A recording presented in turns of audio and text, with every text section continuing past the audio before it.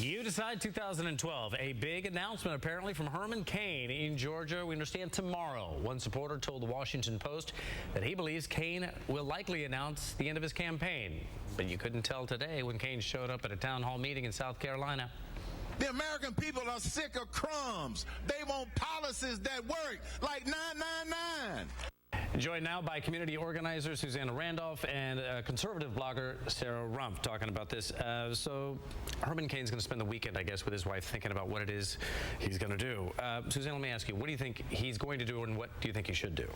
Well, I don't know what he's going to do. I mean, he obviously has some huge problems to confront, both of a personal nature and now of a political nature. But I think what's really interesting for the electorate here in Florida, outside of his personal life, is the fact that Herman Cain's been the front runner for so long in Florida, and now with his dissension in the polls, no, it's new. Yeah, it's new, and it's not Mitt as one would think. That's so what's really interesting is it's kind of the anybody but Mitt Romney syndrome that we're facing here in Florida. They're facing it in Iowa.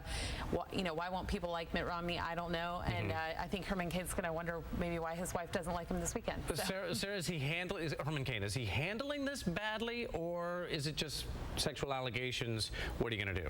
Well, I think part of one of the biggest problems with this, regardless of whether the allegations are true or not, is the fact that the campaign has hesitated to respond, had been slow to respond, and then when they have, they've given conflicting messages. They say that they're going to move past it and focus on it, but then they send 6 press releases on the topic, or one campaign operative will say something and the communications director will say something else. The candidate will say something entirely different. But Herman Cain continues to give speeches as if nothing's going on. He just did one today. Yeah, you know, if he's going to stay in the race, he's going to have to make some changes at the top of his campaign, and they're going to have to regroup and find a way to get back on message, because right now this is eating up all of the oxygen in the room. The other candidates are getting constantly questioned about it. And right, everybody's off message. You know, like I said, regardless of whether this is true or not, the relationships of one particular man have nothing to do with the future of this country and the major economic, national security, and issues that we have facing this country. We need to move past it. Susannah, do you think she makes a good point? Maybe for good of party,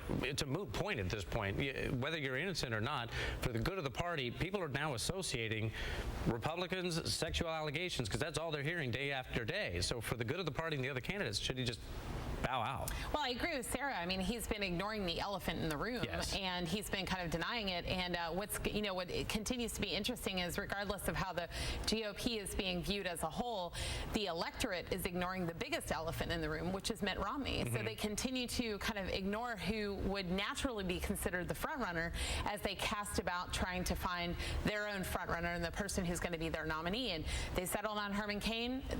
Herman Cain is a victim of front runner status, where the light gets shined on you a little bit stronger, and instead of kind of owning up to it or kind of communicating clearly on it, he doesn't. His campaign is descending rapidly at the moment, and instead of going to Mitt, we're going to Newt now. See, here's the thing. I got about 10 seconds. Obviously, in Florida, it's Newt Gingrich, but if Herman Cain drops out, again, real quick, who benefits the most? Sarah? I think absolutely Newt Gingrich, and the advantage with him is that he's already had the light shined on him. We know his baggage, we know his issues, and it's already factored in the equation when people say they like Newt. Okay, you agree? Well, it's interesting. In Iowa, the public policy polling did a poll of Herman Cain supporters saying, if Herman Cain dropped out, who would you favor? And the one answer that they gave overall was not Mitt Romney. So it is interesting. So Newt is benefiting None of the from above. the not Mitt syndrome right now, and again, ignoring the biggest elephant in the room. Susannah and Sarah, thank you again for coming in. Appreciate it. Thank you.